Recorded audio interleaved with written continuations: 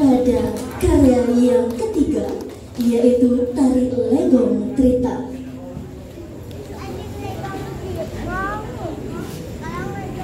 Tari legong trita yang digarap oleh Niputu Ika Sutarmini dengan NIM 0015, Niputu Wulan Kencana Dewi dengan NIM 0051,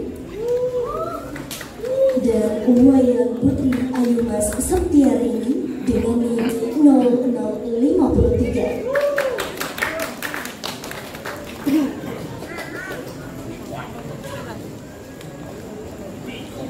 Tari legong trita.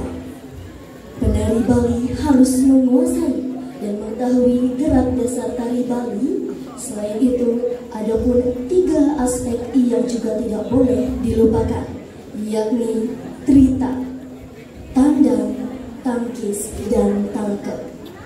Melalui ide ini, muncullah keinginan para pencipta untuk membuat karya legongan dengan mengangkat 3 aspek penting tersebut.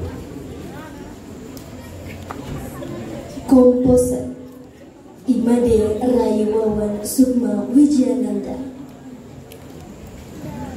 Hadirin yang berbahagia, mari kita saksikan bersama tari legong trita. Selamat menyaksikan.